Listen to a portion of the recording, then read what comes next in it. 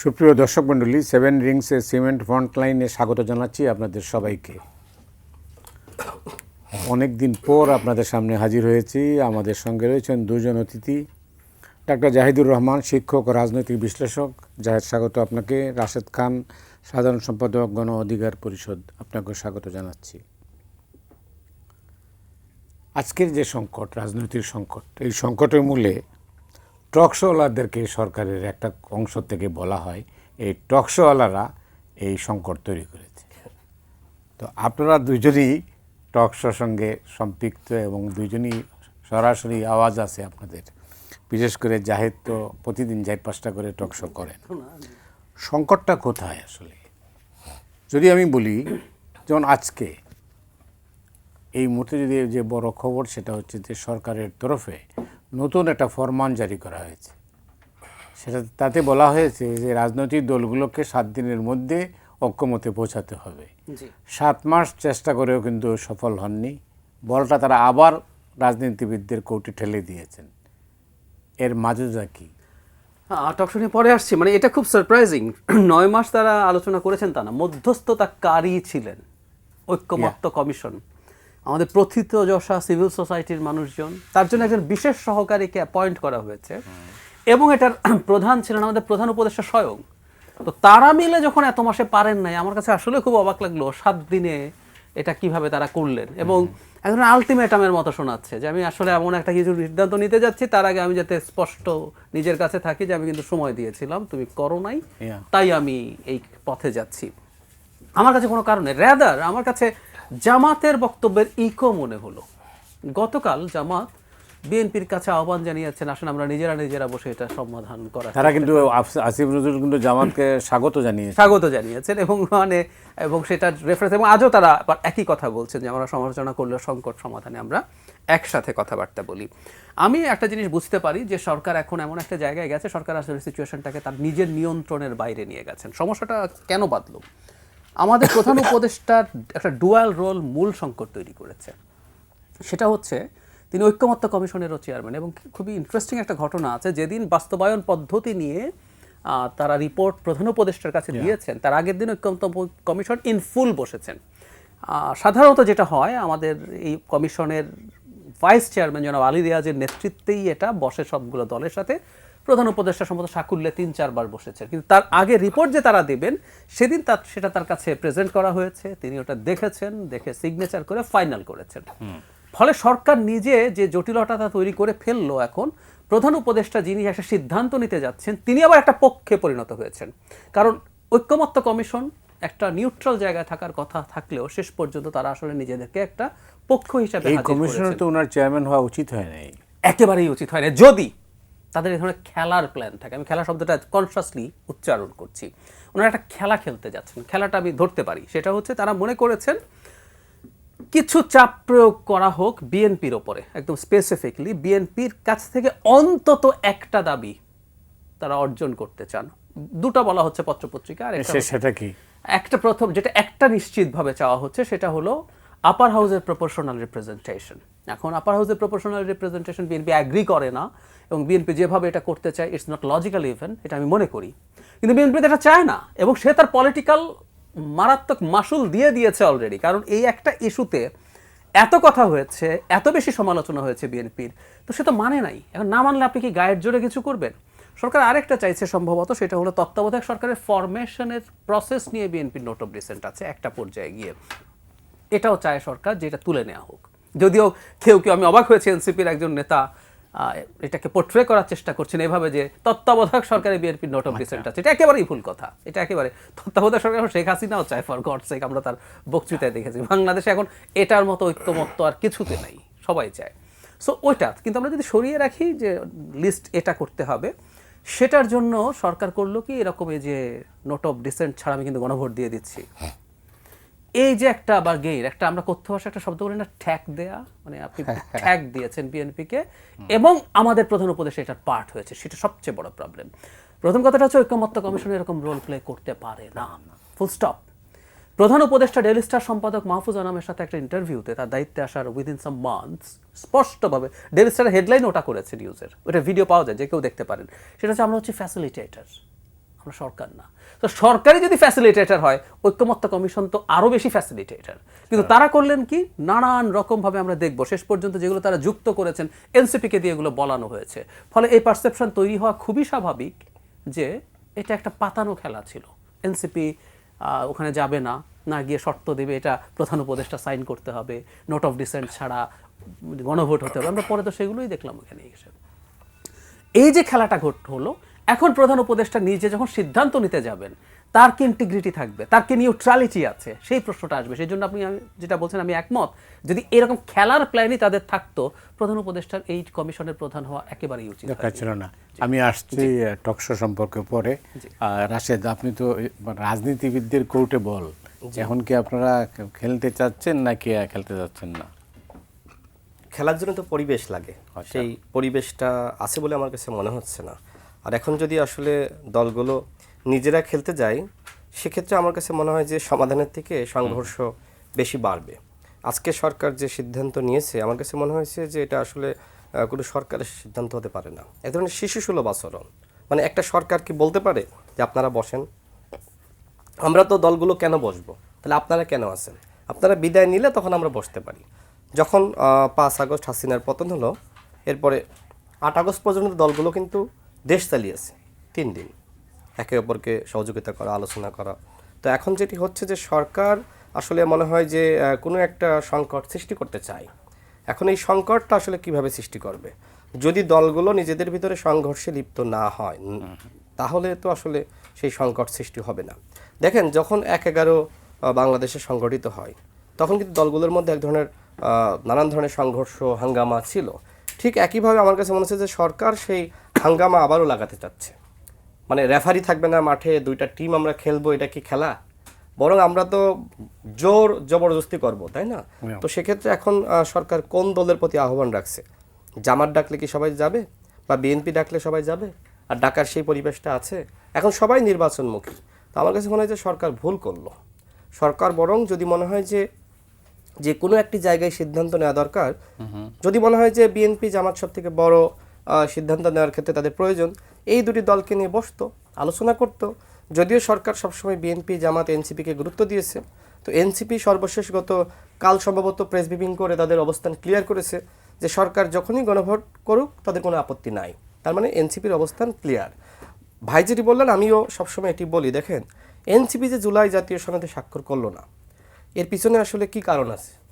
তো এখন কিন্তু প্রমাণিত যে স্বাক্ষর যে করে নাই, মূলত যেহেতু এনসিপি সরকার ঘনিষ্ঠ দল, তো সরকারকে তো কাউকে না কাউকে দিয়ে ফাংশন করাইতে হবে, মানে সরকার যেটা চায়। তো সেই কাজটি আসলে এনসিপিকে দিয়ে করিয়েছে। এমনকি তাদের প্ল্যান ছিল যে ওই অনুষ্ঠান যেহেতু আগে থেকে ঘোষণা দেওয়া, ওই অনুষ্ঠানটা বানচাল করা, এটা সরকারের ইন্ধনেই। তো যাই হোক, সর্বশেষ এখন যে ধরনের ঘটনা আজকে ঘটলো, এই ঘটনার পরে আসলে নির্বাচন হয় কি না সেটি নিয়ে সন্দেহ সংশয় সৃষ্টি হয়েছে। আমার কাছে মনে হয় যে সরকারের উচিত হবে, যদি 2-3টা দলকে নিয়ে বসা লাগে, ঘরোয়াভাবে বসুক, বসে আলোচনা করে একটি সিদ্ধান্তে আসুক।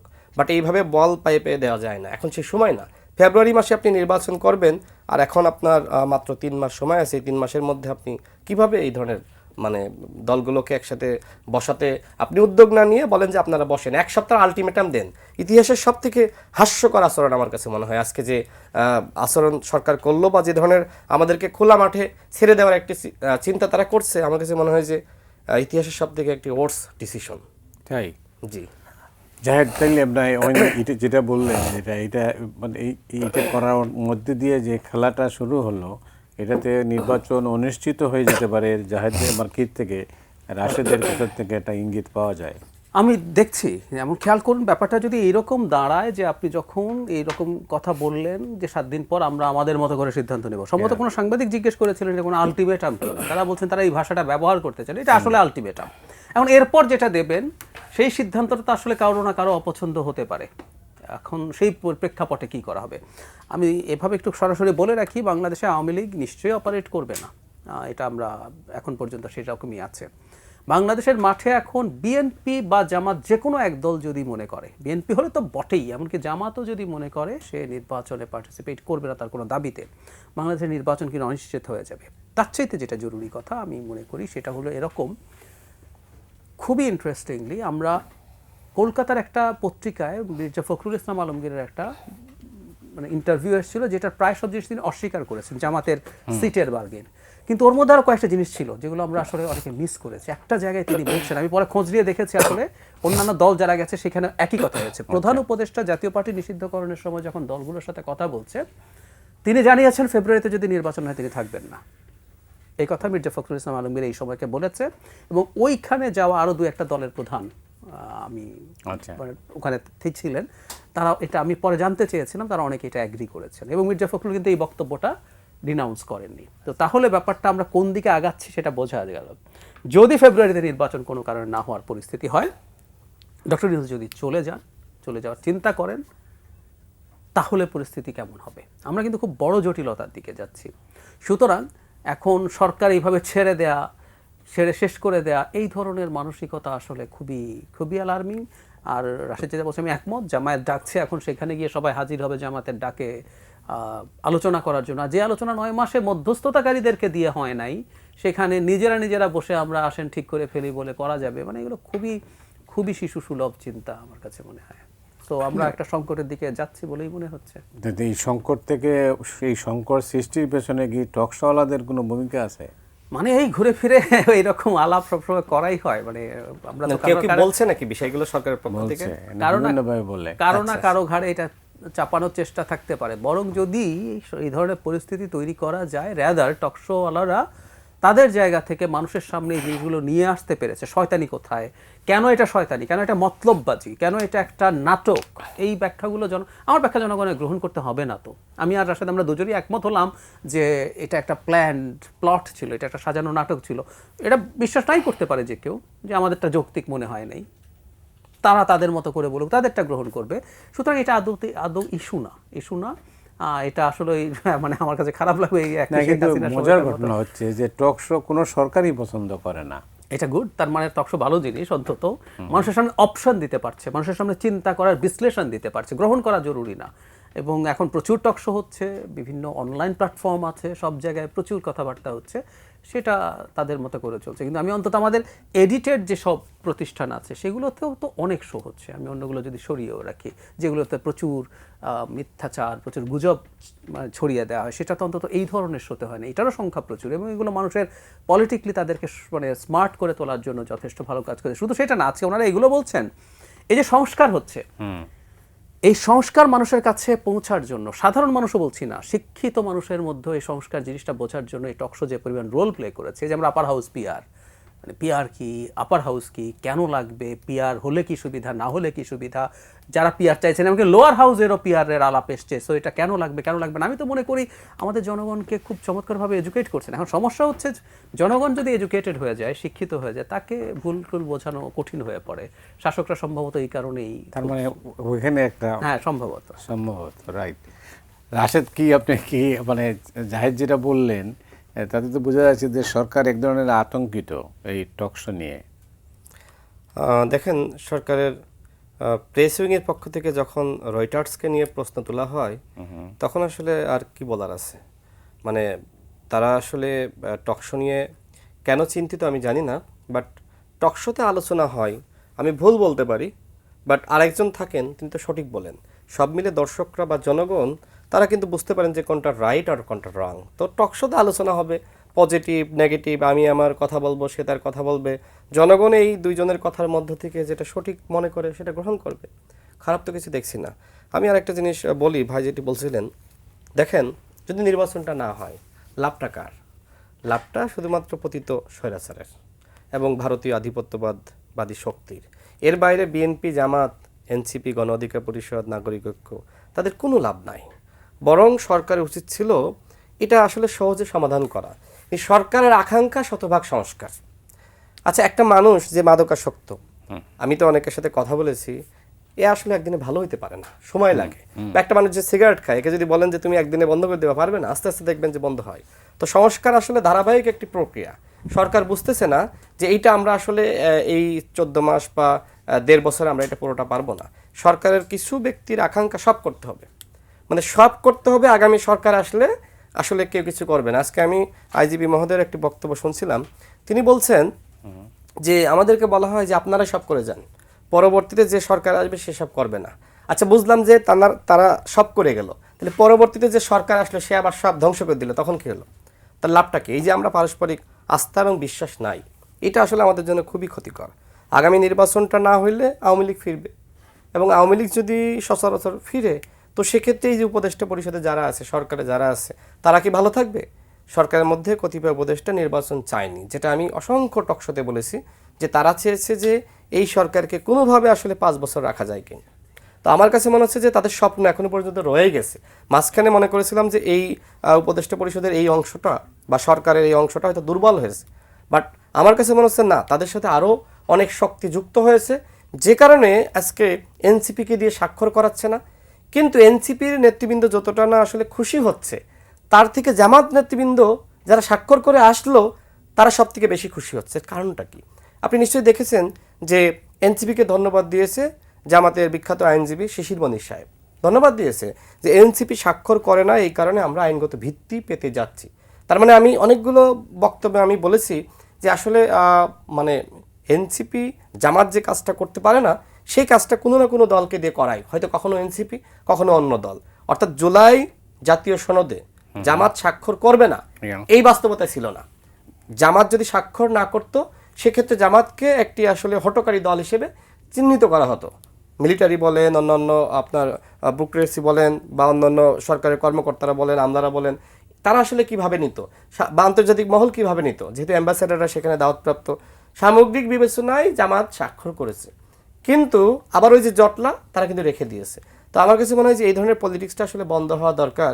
বিশেষ করে এই 1 সপ্তাহ ধরে আমরা যা দেখছি, আগে আমার কাছে আমি খুব জিজ্ঞেস করলে আমি বলতাম যে নির্বাচন হবে, যখনই কেউ জিজ্ঞেস করেছে নির্বাচন কি হবে, আমি বলেছি হ্যাঁ হবে। কিন্তু এখনকার পরিস্থিতি দেখে মনে হচ্ছে নির্বাচন হয়তো না করার ব্যাপারে এক ধরনের চক্রান্ত চলছে, এবং আরেকটি 1/11-এর মাধ্যমে দেশের গণতন্ত্র ধ্বংস করা, এই যে রাজনৈতিক নেতৃবৃন্দকে আবারও হয়রানির শিকার করা, যদি 1/11 ফিরে আসে এর ভয়াবহ ফলাফলটা কি হবে?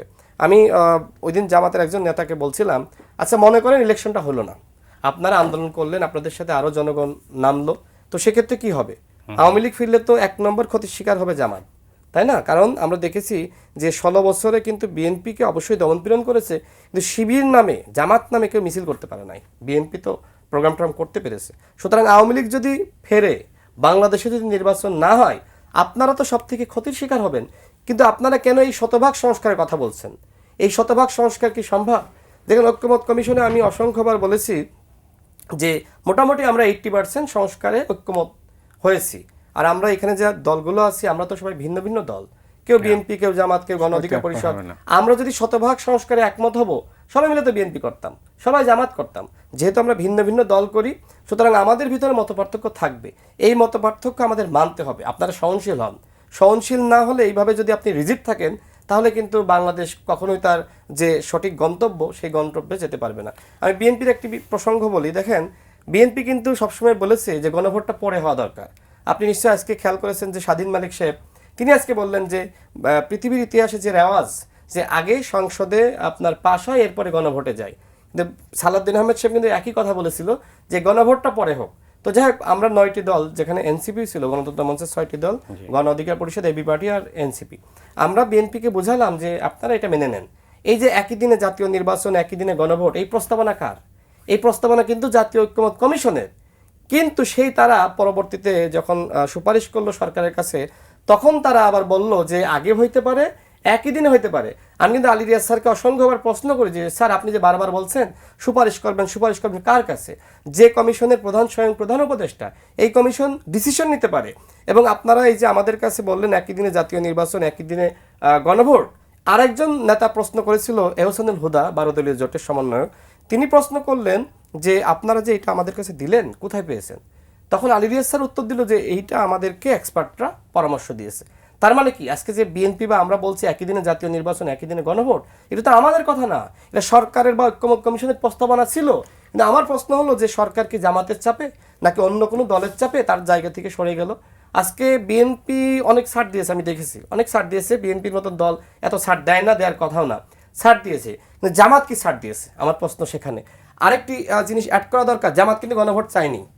শুরুতে জামাত শুধুমাত্র চেয়েছিল বিশেষ সাংবিধানিক অর্ডার।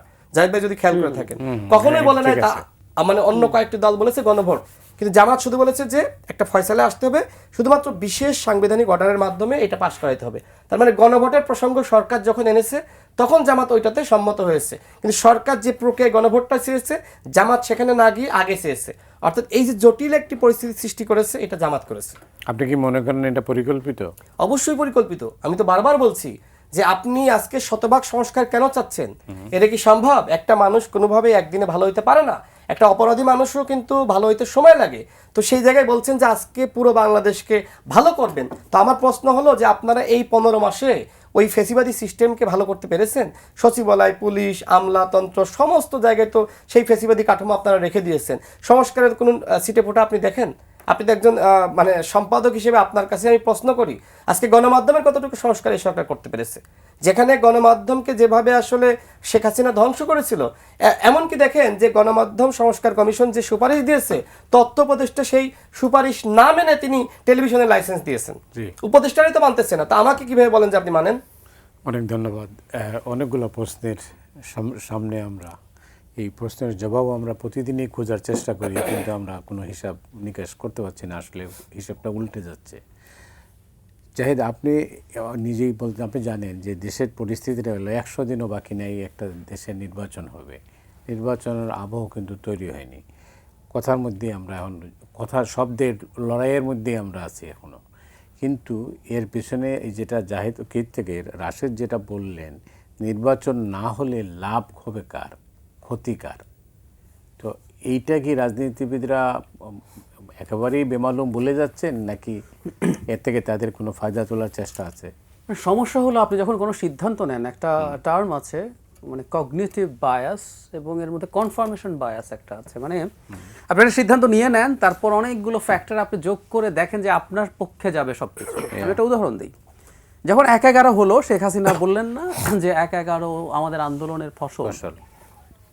উনি মনে করেছিলেন সব কিছু তার পক্ষে যাবে। বিএনপি ক্ষমতায় ছিল, সে ক্ষমতাচ্যুত হয়েছে। 1/11 সরকার পরবর্তীতে আওয়ামী লীগকে ক্ষমতায় বসানোর জন্য চেষ্টা করেছে, এটা শিওর। কিন্তু 1/11 প্রথম কি চেয়েছিল?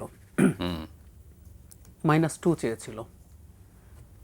শেখ হাসিনা, খালেদা জিয়া দুজনকেই মাইনাস করবে এবং এই পরিবারকে বাদ দিয়ে এই দলগুলোকে গড়ে তোলা হবে।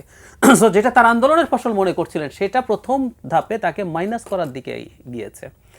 আমাদের কোনো দল যদি মনে করে তারা পেরে উঠবেন, তারা করছেন কি, তাদের পক্ষে যায় এরকম কতগুলো চিন্তা, তাদের পক্ষে যায় এরকম কতগুলো পয়েন্টস তারা এনে মনে করছেন অন্যদের সমস্যা হবে, কিন্তু আমার দল বা আমি ঠিক থাকবো।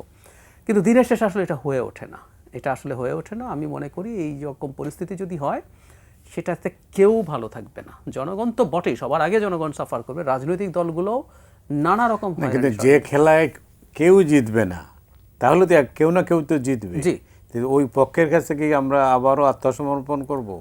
সেটাই এখন আমাদের দলগুলোকে বুঝতে হবে। মানে পৃথিবীর ইতিহাসে বহু ঘটেছে এরকম যে অলমোস্ট কারো পক্ষে যায়নি, ছোট্ট একটা ভেস্টেড ইন্টারেস্ট গ্রুপের কাছে গেছে, আর সবাই শেষ হবো। কিন্তু আমি একটা ছোট উদাহরণ দিই যে বাংলাদেশের অর্থনীতি যে জায়গায় চলে গেছে, যে পরিমাণ গ্রোথ, যে পরিমাণ খারাপের দিকে যাচ্ছে, আমাদের ব্যবসায়ীরা, আমাদের সত্যিকার ব্যবসায়ীরা যারা চুরি করেন তাদের কথা বলছি না, বড় থেকে শেষ পর্যন্ত, আমি পাড়ার মুদি দোকানকেও জিজ্ঞেস করে দেখেছি, তাদের ব্যবসা কমে গেছে, মানুষের বাইং ক্যাপাসিটি কমছে এবং মানুষ চাইলেও এ ধরনের অনিশ্চিত পরিস্থিতিতে সে সঞ্চয়ের প্রবণতা বাড়ায়। আমি একজন সিএনজি ড্রাইভারকে জিজ্ঞেস করছিলাম, আপনার কি অবস্থা 5 তারিখের পর থেকে? তো উনি বলছেন যে আমার অনেক খ্যাপ কমে গেছে। বললাম কি ব্যাপার, মানুষ কি টাকা কমে গেছে? দেখেন আমি খুব অবাক হয়ে গেছি আমরা এনাদের সম্পর্কে, আমাদের উনি কি জবাব দিচ্ছেন যে মানুষ টাকা বাইর করে না। বললাম কেন মানুষ টাকা বাইর করে না? এই ইলেকশন হইব কি হইব না, মানুষের বিপদ আপদ আসতে পারে, চিন্তা করেন। উনি নিজে বুঝতে পারছেন, কারণ একটা মধ্যবিত্ত সিএনজিতে একটু কমফোর্টের জন্য ওঠেন, উনি এখন এটা বাদ দিয়ে হয়তো বাসে চড়ার চেষ্টা করছেন তার এই জিনিসটার জন্য। সো এই পরিস্থিতি যেটা হচ্ছে কারোই ভালো হবে না, কিন্তু আপনি যেটা বললেন ওই ঘটনা তো ঘটেছে হাতে গোনা কিছু মানুষের সুবিধার জন্য, তাদের ক্ষমতা এক্সটেন্ড করার জন্য, এবং এই ধরনের একটা জনভিত্তিক। আমার সামনে তিউনিসিয়ার একটা চিত্র সামনে আসে, তো আমরা কি সেই পথেই যাচ্ছি? আমি এখন পর্যন্ত মনে করি, আমার ধারণা, আমার বিশ্বাস, বাংলাদেশে শেষ পর্যন্ত আসলে এই নির্বাচন হবে না, এটা কেউ অ্যাফোর্ড করতে পারবে না, কোনোভাবেই সম্ভব না। অর্থনীতি আমাদের একটা টাইম সেট করে দিচ্ছে, যে ক্ষমতা নেবে সেই দেশ চালাতে পারবে না, এবং মানুষ রাস্তায় নামলে আপনি আর ওকে থামাতে পারবেন না। শেখ হাসিনা তার সর্বোচ্চ শক্তি প্রয়োগ করে পুলিশ, বিজিবি, এরপর সেনাবাহিনীও নামিয়েছেন। ঠিক এটা এই দিনকার ঘটনা। 10-15 বছর 20 বছর পর আপনি আবার ভুলে যাবেন, আবার ওইটা পারবেন। সো মানুষ রাস্তায় নেমে গেলে আপনি কী করবেন? সুতরাং আমি মনে করি না কেউ যদি নেয়ও, কিন্তু মানুষ আর কতবার নামবে? আবার নামবে কেন বলছি, এই 70 সন থেকে জি। 1970 থেকে আজকে 2025 পর্যন্ত হ্যাঁ। নির্বাচনের জন্যই তো আমরা লড়াই করছি। ফাইন, কিন্তু আমি বলছি যদি কেউ এই চেষ্টা করে, মানুষ যদি নামে, অল্প মানুষ লাগবে। ঢাকা শহরের একটা মোড় যদি সে দখল করে ফেলে, বা আমি যদি বলি পলিটিক্যাল পার্টিগুলো যদি মাঠে নামে, তারা গুলি করে মানুষকে মেরে টেরে সব আবার ক্ষমতায় থাকা যাবে এই শেখ হাসিনা পালানোর 1-1.5 বছরের মধ্যে? It's totally impossible. এটা কি এমন নয় যে রাজনীতিবিদরা এক হতে পারলেন না, আমার সামনে আর বিকল্প নেই? আমি যদি বলি তারা এরকম ঘটনা ঘটলো, এরপর রাজনীতিবিদরা আবার মাঠে নামলো, কি করবেন? গুলি করবেন? এটা সম্ভব? আমি মনে করি না আসলে এটা সম্ভব। সেই জন্য আমার মনে হয় কোনো একটা পর্যায়ে এটা হয়ে যাবে। এখন যেটা হয়েছে, রাজনৈতিক দলগুলো আরেকটা রেফারি লাগবে। প্রত্যেকে নির্বাচনের আগে একটা বিজয় নিয়ে যেতে চাইছে। মূল ঘটনা আসলে এটা, যে আমি একটা বিজয় নিয়ে যেতে চাই। বাংলাদেশের ইতিহাসে এ পর্যন্ত যত অন্তর্বর্তীকালীন বা তত্ত্বাবধায়ক সরকার হয়েছে, তারা রাজনীতির মধ্যে অংশ নেননি। এটা তো একটা বিচিত্র এবং অভিনব একটা সরকার, যে সরকার রাজনীতির এই মারপেচার মধ্যে ঢুকে নিজেদের অস্তিত্ব বিপন্ন করে। নিশ্চয়ই, এবং খুবই ইনএফিশিয়েন্টলি। মানে আপনি রাজনীতি যদি এফিশিয়েন্টলিও করতেন, আমরা একটু আগে বলছিলাম, ধরুন ঐক্যমত্য কমিশন দিয়ে সরকার রাজনীতি করবে, প্ল্যান আছে, আপনাকে এই প্ল্যান দিতে গেলে আপনি প্রথমেই বলতেন ডক্টর ইউনূস ঐক্যমত্য কমিশনে থাকার দরকার নেই। সহজ, কমন সেন্স, কিন্তু সেটাও করছেন না, খুবই আনস্মার্টলি রাজনীতি করছেন, সেটা প্রবলেম। অনেক ধন্যবাদ রাশেদ, আপনার কাছে আসছে। আমি একটা ছোট্ট বিরতিতে যাচ্ছি, ফিরছি খুব তাড়াতাড়ি। দর্শক আমাদের সঙ্গেই থাকুন।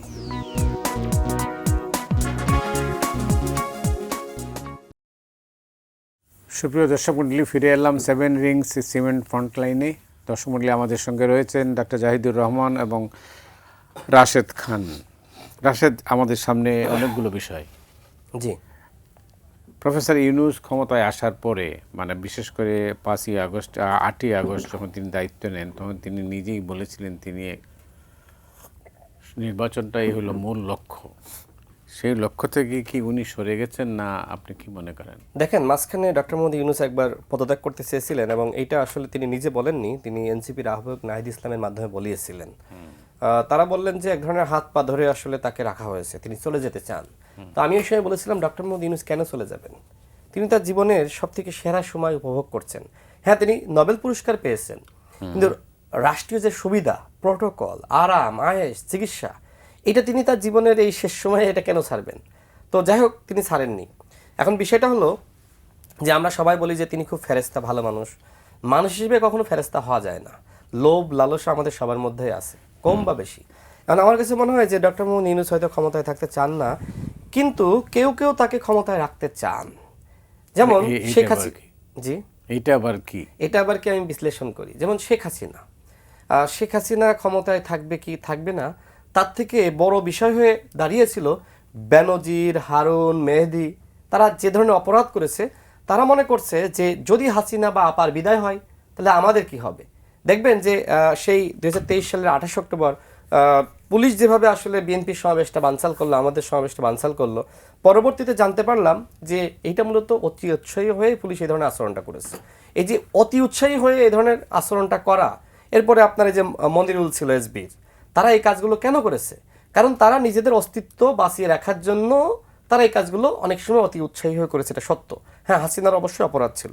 ঠিক একইভাবে আমার কাছে মনে হয় যে এই সরকারের কোনো উপদেষ্টা, কোনো কর্তাবাবু, ঐক্যমত্য কমিশনের কেউ যারা সরকারের সুবিধাভোগী, তারা মনে করছে যে আমরা তো অনেক কিছু পেয়েছি এই 15 মাসে, সরকার যদি আরও 15 মাস থাকে আরও অনেক কিছু পাবো। কোনো উপদেষ্টার আত্মীয় স্বজনকে চাকরি দেওয়া হয়েছে, কোনো উপদেষ্টা আওয়ামী লীগের বিভিন্ন প্রতিষ্ঠানকে পাহারা দিচ্ছে, অর্থ সম্পদ যা দরকার পাচ্ছে, কি সুবিধা পাচ্ছে না, সমস্ত সুবিধা পাচ্ছে। তো সেই জায়গা থেকে তারা হয়তো ক্ষমতা দীর্ঘায়িত করার একটি প্রক্রিয়া খুঁজছিল। সর্বশেষ এই যে দলগুলোকে এক ধরনের নিজেদের মধ্যে সংঘর্ষে লিপ্ত করার সুযোগ তৈরি করে দেওয়া, এইটাই হয়তো শেষ সুযোগ। আমি এই জন্য প্রত্যেকটা দলকে বলবো যে আপনাদেরকে অবশ্যই দায়িত্বশীল হতে হবে। এই মুহূর্তে যেহেতু বিএনপি সবথেকে বড় রাজনৈতিক দল এবং তারাই একমাত্র বাংলাদেশের ইতিহাসে তারা কয়েকবার ক্ষমতায় ছিল, যেহেতু সরকার এই ধরনের একটা পরিস্থিতি সৃষ্টি করেছে, বিএনপিকে কৌশলী ভূমিকা নিতে হবে। বিএনপিকেই প্রত্যেকটা দলকে ডাকতে হবে, আমি মনে করি। এর বাইরে কোনো বিকল্প উপায় নাই।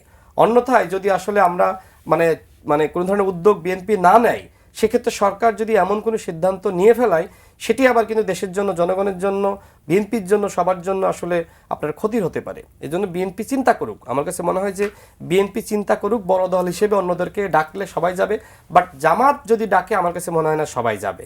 সে জায়গায় বিএনপির উচিত ডাকা। আমি আরেকটা জিনিস ইয়ে করে শেষ করি। কিছুদিন আগে জার্মান এম্বাসির একটি প্রোগ্রামে গিয়েছিলাম, আমাদের সভাপতি নুরুল হক নুরু ছিলেন সেখানে। অনেক ব্যবসায়ী গোষ্ঠী, আপনার বিদেশিরা, সবাই একটাই কথা, নির্বাচন কবে? নির্বাচন না আসলে তো আসলে আমরা এই দেশে যে ইনভেস্ট করবো এটা হচ্ছে না। এবং যারা অন্যান্য ব্যবসায়ী ছিল বাংলাদেশে, তারাও বলছে যে আমরা খুব বিপদের মধ্যে আছি, মানে আমাদের সাথে ব্যক্তিগত আলাপচারিতায়। তার মানে নির্বাচনটা বাংলাদেশের জন্য মাস্ট। সরকার আসলে কেন বুঝতেছে না? দেখেন আপনি এই 15 মাসে কতটুকু ইনভেস্টমেন্ট বাংলাদেশে আসলো। তারা বললো যে অনেক মানে বিদেশি হাতি আসতেছে, কয়টা হাতি আসলো? দৃশ্যমান আছে। আরেকটা জিনিস অ্যাড করি, দেখেন জামাতকে আমি ধন্যবাদ জানাই। আজকে আমি ওই যে তাদের 8 দলের যে কর্মসূচি আমি দেখছিলাম, সেখানে তাদের একটি দাবি হলো যে নিম্নকক্ষে বা উচ্চকক্ষে পেয়ার। এই যে বার মধ্যে চলে আসলো, বার মধ্যে আসা মানে কি? নিম্নকক্ষে যে পেয়ারের দাবি, সেই দাবি থেকে জামাত সরে গিয়েছে। আমি জামাতকে বলবো যে এরকম আরও কিছু দাবি থেকে আপনাদের সরে যাওয়া উচিত। ঐক্যমত প্রতিষ্ঠা না পেলে আপনি, আমরা সবাই ক্ষতিগ্রস্ত হব। এই মুহূর্তে এমন কোনো দাবি আইনেন না যেটা আসলে এই 3 মাসের মধ্যে বাস্তবায়ন করা সম্ভবপর নয়। যেমন এই 3 মাসের মধ্যে সরকার তো আসলে শুধুমাত্র পুলিশের প্রশিক্ষণ দিতে পারে নাই। আজকে দেখলাম যে আনসারের প্রশিক্ষণ দিয়েছে, তাই না? শেষ হয়নি, কোনো কাজই শেষ হয়নি। তো কাজ না শেষ করে আপনি কিভাবে এই নভেম্বরের মধ্যে আপনি গণভোট চান? এই নভেম্বরের মধ্যে গণভোট চাওয়া মানে কি? ফেব্রুয়ারি মাসে যাতে নির্বাচনটা না হয়। এবং যারা গণভোট চাচ্ছে তাদের একটাই উদ্দেশ্য যে ফেব্রুয়ারির নির্বাচনটা পিছাক। কারণ তারা মনে করছে যে এই সরকার আরও বেশি 1 বছর ক্ষমতায় থাকলে আমরা নিজেদেরকে গুছিয়ে নিতে পারবো। যেমন এই যে ছাত্র সংসদ নির্বাচন দেখেন, শিবির কেন গণঅভ্যুত্থানের পরপর ডাকসু নির্বাচন চায়নি? যতক্ষণ না পর্যন্ত বৈষম্য বিরোধী ছাত্র আন্দোলনের নেতৃত্ব, যারা আসলে এই সময় মানুষের কাছে গ্রহণযোগ্য, জনপ্রিয় ছিল, তারা বিতর্কিত না হয়েছে, নির্বাচন চায়নি। এখন তারা মনে করছে এই সরকার যতদিন থাকবে বিএনপি বিতর্কিত হবে, অন্যান্য দল বিতর্কিত হবে, আর আমাদের জনপ্রিয়তা বাড়বে। সুতরাং এমন সময় নির্বাচন দেওয়া হোক যে সময় নির্বাচন দিলে জামাত ক্ষমতায় চলে আসতে পারে। জামাত ওই সময় নির্বাচন চাই যখন নির্বাচন হলে জামাতের জন্য সব থেকে মানে ভালো হয় বা জামাত ক্ষমতায় যেতে পারে। এই জন্য জামাত এই বিভিন্ন দাবি দেওয়া সামনে এনে মূলত নির্বাচন বানচালের সাথে এক ধরনের চেষ্টা করছে বলে আমার কাছে মনে হচ্ছে।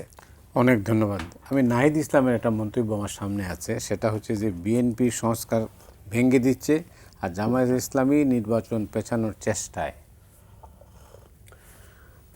সংস্কার বিএনপি ভেঙে দিচ্ছে কি না, জামায়াতের ব্যাপারে রাশেদ যেটা বললাম আমি একমত, সেই জন্য আমি আর খুব বেশি ডিটেইলে যাচ্ছি না, কারণ বহু সময় দেখা গেছে। কারণটা একটু বলে ফেলি, ইতিহাসে প্রথমবারের মতো জামায়াত ইসলামী এতটা পাওয়ারফুল ফিল করছে নিজকে।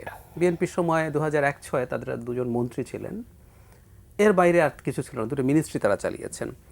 এই সরকারের ওপরে বিএনপি, জামায়াত, এনসিপি সবার প্রভাব আছে। যদি সমানও ধরেন প্রভাব, তারপরও 1/3 প্রভাব জামাতের, এটা আসলে আরও বেশি, এটা পারসেপশন।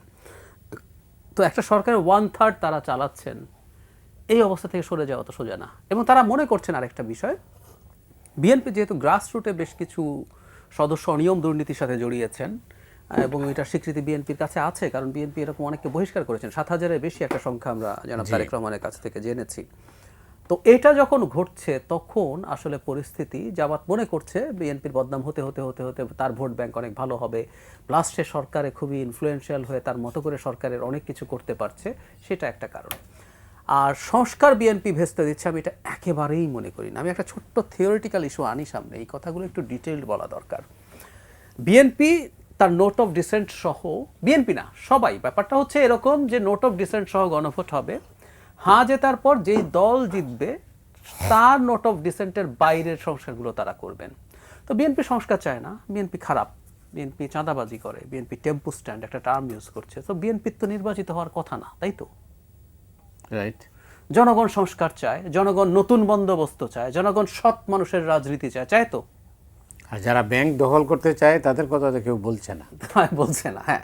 তো এখন যদি এটা হয়ে থাকে তো তারা নির্বাচনে জিতে যাবেন। এনসিপি নির্বাচনে জিতে তাদের একটা মাত্র নোট অফ ডিসেন্ট আছে, সেটা বাদ দিয়ে সব করে ফেলুন।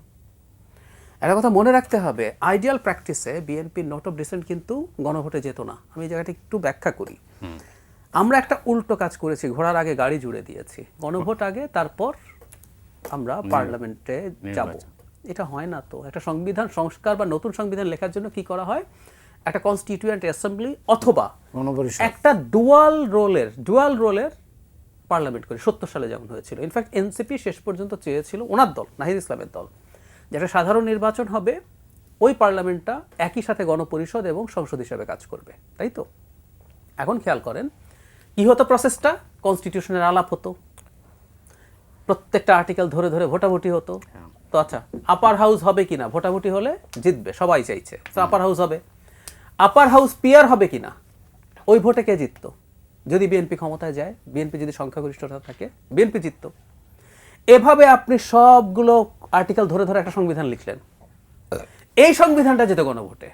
সো গণভোটে জনগণের সামনে বিএনপি যে জিনিসগুলো মানে নাই ওগুলো যেত না। এই ব্যাপারটা খেয়াল করতে হবে, আমরা অনেকে এটা মিস করি। এটাই আইডিয়াল প্রসেস। এখানে বিএনপি সদিচ্ছা নিয়ে তার একটা খুবই গুড ফেইথ দেখিয়ে এই সংবিধানে, বর্তমান সংবিধানে কি গণভোটের কোনো ব্যবস্থা আছে? না, যে গণভোটটা আছে এটা নেই। গণভোটের ব্যবস্থা আছে, এটা হচ্ছে আর্টিকেল 12 অ্যামেন্ডমেন্টে আমাদের বেশ কিছু আর্টিকেলের পরিবর্তনের জন্য গণভোট আছে। হাসিনা 15th অ্যামেন্ডমেন্ট এটা বাতিল করে দিয়েছিল। 15th অ্যামেন্ডমেন্টের বাতিলটা আবার অবৈধ ঘোষণা করে গণভোট ফিরিয়ে আনা হয়েছে, কিন্তু ওই আর্টিকেলগুলোর জন্য, এটা এই গণভোটের জন্য না। তাতে এই গণভোট নেওয়া যাবে না তা না, এটা অসাংবিধানিক। এটা আদেশ দিক অথবা যাই করুক, এটা আসলে প্রেসিডেন্ট যদি আদেশ দিয়ে সংবিধানের উপরে অবস্থান করতে পারে তাহলে এটা ভয়ঙ্কর ব্যাপার, আপনি ভবিষ্যতে এই আদেশ দিতেই থাকবেন। তবে এটা সমস্যা নেই, গণভোট যদি সবাই আমরা একত্র হই, আমরা পরবর্তী পার্লামেন্টে এটাকে র্যাটিফাই করতে পারি। এটার চর্চা বাইরে আছে, আমাদের দেশে আছে, এগুলো আমরা করেছি, এটাই প্রবলেম নেই। কিন্তু বিএনপির নোট অফ ডিসেন্ট যেগুলোতে দিচ্ছে, এগুলো গণভোটেই যেত না আইডিয়াল অবস্থায়। তো বিএনপি কি করলো, সে গুড ফেইথে গেছে আলোচনায়, সে অনেক কিছু ছাড় দিয়েছে, সে অনেক কিছু চায় নাই, তারপর ছাড় দিয়েছে যে এই কয়টা জিনিস আমার নোট অফ ডিসেন্ট আছে, এগুলো আমি মানবো না। আমি আগেই জনগণকে, কিন্তু এখন যা অবস্থা, লাভের গুড় পিঁপড়ায় খায় কিনা, ঝুঁকি আছে এবং সেই চেষ্টা হতে পারে। একটা হয় কি, মানে যুদ্ধ সম্পর্কে কথাটা খুব বলা হয়, মানে জেনুইন ওয়ার, যুদ্ধ কখনো মানে প্ল্যান করে যুদ্ধ বাঁধিয়ে দেয়া সোজা না, সাধারণত এরকম হয় না। দুটো পক্ষের উত্তেজনা চলতে থাকে, মাঝখানে কোনো একটা প্রভোকেশন, এবং দুই পক্ষই মনে করে আমার এই প্রভোকেশনটা রেড লাইন ক্রস করবে না, আমি চাপ দিয়ে তার কাছ থেকে কিছু অর্জন করে নিতে পারবো। কখনো কোনো একটা প্রভোকেশন আসলে রেড লাইন ক্রস করে যায়, তখন যুদ্ধের মতো যুদ্ধ বেঁধে যায়। ঠিক এখানে ওই ঝুঁকি তো আসলে আছে, লাভের গুড় পিঁপড়ায় খাওয়ার ঝুঁকি আছে। কিন্তু আমি আবারও বলছি, 2006 যে নির্বাচনটা হলো না, জি, ওটা কিন্তু নমিনেশন ফাইলিং টেলিং সব হয়ে গেছিল। ইনফ্যাক্ট মানে 1/11 বলি আমরা, 22 তারিখ নির্বাচন ছিল, 22 তারিখ নির্বাচন ছিল। তবে আমি আবারও বলছি, যারা এই দেশ চালানোর জন্য টেক ওভার করবেন তারা দেশ চালাতে পারবেন না, ফর শিওর। আপনি মানুষের পেটে ভাত নাই, আপনি গুলি করে মানুষকে থামাবেন, সাধারণ মানুষ নামবে, কোনো উপায় নেই। অর্থনীতি যে জায়গায় গেছে, জাস্ট দাঁতে দাঁত চেপে মানুষ অপেক্ষা করছে কি হবে। রাশেদ ফরেন ইনভেস্টরদের কথা বলছেন, ডোমেস্টিক যে ইনভেস্টর, সে ইনভেস্ট করবে। এই যে আমরা বসে বসে যখন বলি ইলেকশন হবে কি না, মানে তার কি মাথা নষ্ট হয়েছে একটা ব্যবসায়ী যে উনি ওনার দেশের ব্যবসাটাতেই কিছু এক্সট্রা ইনভেস্ট করবেন? কেউ করতে পারেন না। সো পরে যে ক্ষমতা নেবে আরো বেশি খারাপ অবস্থা হবে। দেশের অর্থনীতি, আমি বারবার বলছি, অর্থনীতি বাধ্য করবে আসলে নির্বাচনটা হতে। কেউ ক্ষমতা নিয়ে অ্যাডভেঞ্চারিজম দেখাতে পারে, ডুববে সে, ফর শিওর। বিপদ সামনে। তরুণ রাজনীতিবিদ রাশেদ খান, বাংলাদেশের সামনে কি দেখতে পাচ্ছেন আপনি? আমি বাংলাদেশের সামনে যেটি দেখছিলাম, যে গণতন্ত্র, ন্যায় বিচার এবং একটি উন্নত সমৃদ্ধ রাষ্ট্র, যেটা হয়তো আমরা প্রতিষ্ঠা করতে পারবো। বিশেষ করে তরুণরা যেভাবে আসলে জীবন দান করলো, কোনো মোহ লোভ তাদেরকে আটকাইতে পারে নাই। একটা গুলি করেছে, একজন মারা গেছে চোখের সামনে, বাকিরা কিন্তু মাঠ ছাড়ে নাই, বাকিরাও কিন্তু আবার ফাইট করেছে, প্রতিরোধ করেছে। তো সেই জায়গায় অনেক স্বপ্ন দেখেছিলাম যে অনেক কিছু হবে, কিন্তু সমস্যাটা হলো যে সরকার গঠনের প্রক্রিয়া এবং পরবর্তীতে সরকারের যারা উপদেষ্টা হলো তাদের মানসিকতা এবং তাদের রাষ্ট্র পরিচালনা, এগুলো দেখে মনে হলো যে আসলে ওই পরিবর্তনের স্বপ্নটা অনেকটা ফিকে হয়ে গেল। দেখেন, আমাদের যারা আসলে মানে উপদেষ্টা হলো, একজনের উদাহরণ দিই, নাহিদ ইসলাম। তিনি ওই দিন 5 আগস্ট সম্ভবত তিনি প্রধান উপদেষ্টাকে কল করলেন। কল করার পরে তিনি বললেন যে বর্তমান রাষ্ট্রপতিকে বহাল রেখে অন্তর্বর্তীকালীন সরকার গঠন এবং সেই সরকারের প্রধান আপনি হবেন। সেই বক্তব্য আমার কাছে মনে হয় ভাইও শুনেছে, সবাই শুনেছে। অর্থাৎ এই যে রাষ্ট্রপতি, যাকে নিয়ে এখন বিতর্ক সৃষ্টি করছেন, যদিও তিনি আসলে হাসিনার সময় নিয়োগপ্রাপ্ত এবং তার অনেক বিতর্ক আছে, তারপরেও তাকে যে বহাল রাখা হলো, কে রাখলো? নাহিদ ইসলামরা। তাদের টিম, আমরা না, কিন্তু বিএনপি না, অন্য কোনো দল না। ওই সময় যদি বলা হতো, বিশেষ করে যারা গণঅভ্যুত্থানের একদম সম্মুখ যোদ্ধা, তারা বলতো যে এই রাষ্ট্রপতি থাকবে না, আমরা নতুন রাষ্ট্রপতি চাই, যে কোনো আলোচনার মাধ্যমে হতে পারতো। তো সেই রাষ্ট্রপতির হাতে তারা শপথ নিল 8 আগস্ট। আমিও সেই অনুষ্ঠানে গিয়েছি, দেখেছি কিভাবে আসলে রাষ্ট্রপতির সাথে সুর মিলিয়ে কথা বলছে বা শপথ নিচ্ছে। এখন আবার নাহিদ ইসলাম তিনি প্রেস ব্রিফিং করে বললেন যে জুলাই জাতীয় সনদ বাস্তবায়ন আদেশ এই রাষ্ট্রপতি দিতে পারবে না। কিন্তু বাংলাদেশের যে সংবিধান, যে আইন কানুন, সেইটা বলে যদি এই ধরনের আদেশ জারি করতে হয় একমাত্র রাষ্ট্রপতি জারি করতে পারেন। তাহলে আপনি যে রাষ্ট্রপতির হাতে শপথ নিলেন, সেই রাষ্ট্রপতির হাতে, সেই রাষ্ট্রপতি কেন এখন এই আপনার বিশেষ সাংবিধানিক অর্ডার বলেন বা জুলাই সনদ বাস্তবায়ন আদেশ বলেন এগুলো জারি করতে পারবে না? অর্থাৎ রাষ্ট্র আসলে এইভাবে চলছে। মানে আমাদের উপদেষ্টারা আসলে আইন কানুন কিছু মানতে চান না। আমাদের যারা আসলে এখন রাজনৈতিক নেতৃত্ব বা বিপ্লবী, তারা কিছুই মানতে চান না। তো এই গণ অভ্যুত্থানের পরে যদি কেউ আইন না মানতে চায়, সংবিধান না মানতে চায়, নিয়ম না মানতে চায়, তাহলে রাষ্ট্র কিভাবে শৃঙ্খল হবে? তো এই জন্য আসলে আমার কাছে এক ধরনের, আমি নিজেও আসলে দুশ্চিন্তিত। আমি সবসময় আত্মবিশ্বাসের সাথে বলতাম যে নির্বাচনটা হবে, এখন আমি আসলে নিজেই চিন্তিত যে নির্বাচনটা হবে কিনা। কারণ আমার নিজেরও তো আসলে এক ধরনের ভয় থাকা স্বাভাবিক। না, কিন্তু বাংলাদেশের নির্বাচন বাংলাদেশ ঠিক করে। বাংলাদেশের নির্বাচন, এটা একটা ভালো কথা বলেছেন যে অতীতে যেটি হয়েছে যে বাংলাদেশের নির্বাচন কখন হবে সবসময় বিদেশিরাই ঠিক করেছে, তাদের একটা হস্তক্ষেপ ছিল। তবে এইবার গণ অভ্যুত্থানের পরে যেটি হয়েছে এটা বন্ধ হয়েছে। মানে আমি এতটুকু, মানে আমার কাছে মনে হয়েছে যে কিভাবে আপনি নিশ্চিত? আমি কারণ দৃশ্যমান অনেক কিছু ছিল, কিন্তু এইবার আসলে পর্দার আড়ালে কি হচ্ছে এটা তো জানেন এখনো না। পর্যন্ত পর্দার আড়ালে কিছু হলে জানতাম, এখনো পর্যন্ত হয়নি। বাট কোনো কোনো নেতার সাথে, ব্যক্তির সাথে হয়তো কোনো ইন্ধন, তাদের সাথে ব্যক্তিগত আলোচনা হচ্ছে কিনা আই ডোন্ট নো। বাট সামগ্রিকভাবে একটা টিমের সাথে আলোচনা করা, কোনো একটা পুরো দলের সাথে আলোচনা করা, সেটা এখনো পর্যন্ত হয়নি।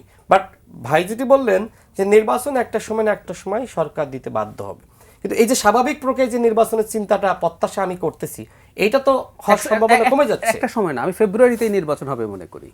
না, আমিও সেটা চাই না। আমার কথা হলো যে ধরনের ক্যাসাল সরকার বাঁধিয়ে দিয়েছে আমাদের মধ্যে, এই অবস্থায় নির্বাচন নিয়ে তো দুশ্চিন্তা সবার মধ্যে আছে, তাই না? তো আমি কেন দুশ্চিন্তায় থাকবো? না, কিন্তু পরিবর্তনের অংশীদার কি শুধু স্থানীয় রাজনীতি আর বা ছাত্ররা সব মিলে, নাকি অন্য পক্ষেরও মানে হিস্সা আছে?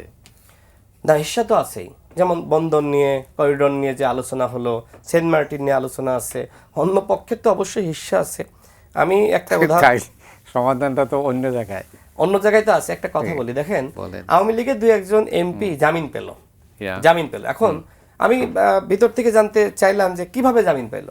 শুনলাম যে এটা আসলে আপনার যাদের কথা আপনি বলতেছেন, যে বিদেশিদের পক্ষ থেকে বলা হয়েছে তাদেরকে জামিন দেওয়া হোক, এবং এক্ষেত্রে সরকারের প্রভাবশালী উপদেষ্টারা এর সাথে জড়িত, মানে তাদেরকে নির্দেশ দিয়েছে। তো আপনি যেটা বললেন এটাও ঠিক আছে যে বিদেশিরা আসলে কি চায়, কোন রাষ্ট্র কি চায়, এটা নিয়ে অনেক আলাপ আলোচনা আছে।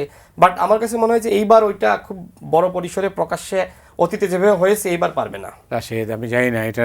আমি আবার একটু একটা জায়গায় একটু দ্বিমত আছে, সেটা হলো এটা পারার কথা ছিল না। সমস্যা হচ্ছে এখন আমরা তো আমাদের মধ্যে ফাইট করা শুরু করেছি।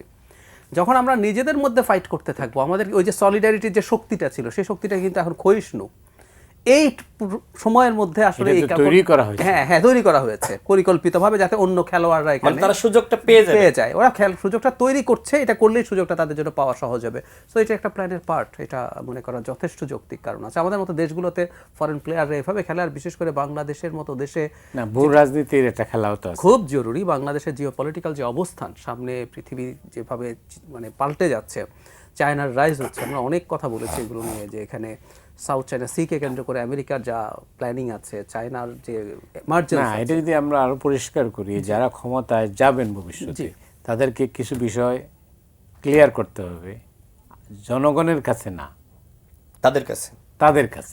আমি একটা কথা একটু খুব খারাপ শোনাবে, তারপরও বলি, আমাদের মতো একটা ছোট দুর্বল দেশের 100% সভারেন্টি আছে কিনা এটা নিয়ে আমার দ্বিধা আছে। তাহলে তো আপনারও মনে হয় আমার সাথে একমত হওয়ার কথা। আপনি যে বললেন যে ফেব্রুয়ারি মাসে নির্বাচনটা হচ্ছে বলে আপনি মনে করেন, আপনি আত্মবিশ্বাসী, তাহলে এই ফরেন প্লেয়াররা যদি খেলা শুরু করে এই সুযোগে, আমাদের মধ্যে যে বিভাজন, তাহলে নির্বাচনটা নিয়ে অনিশ্চয়তা কি আসলে তৈরি হয় না? না, আমার কাছে মনে হয় না কি এটা করে তারা আসলে যারা নির্বাচন করবে তাদের সাথে নেগোশিয়েট করবে। না, এটা আপনি একটু বলেন।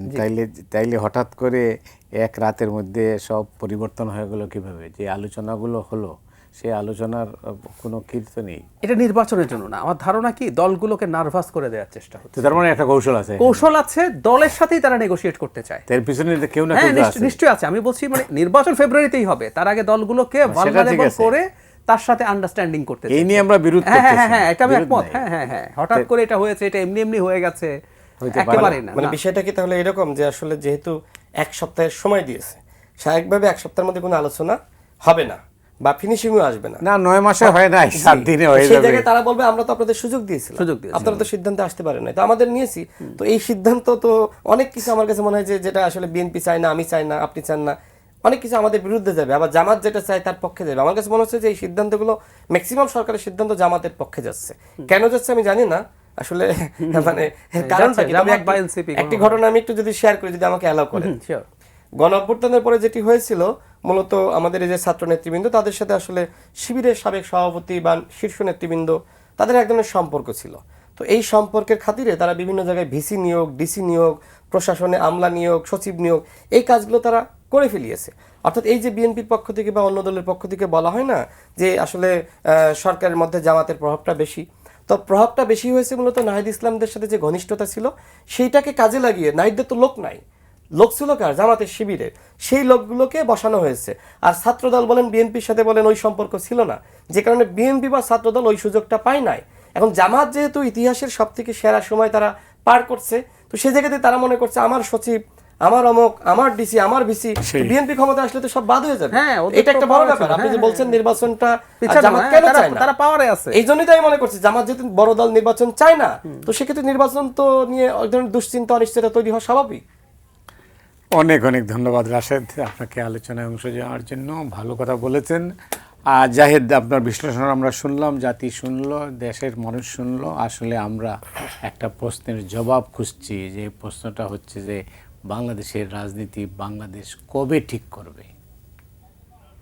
শেষ কথা হচ্ছে অনেক অনেক সময় লাগবে। আমরা যথেষ্ট শক্তিশালী দেশ না হয়ে উঠলে এটা হবে না। সে পর্যন্ত আমাদের অপেক্ষা করতে হবে। দর্শক, আজকে এই পর্যন্তই। আপনার সবাই ভালো থাকবেন।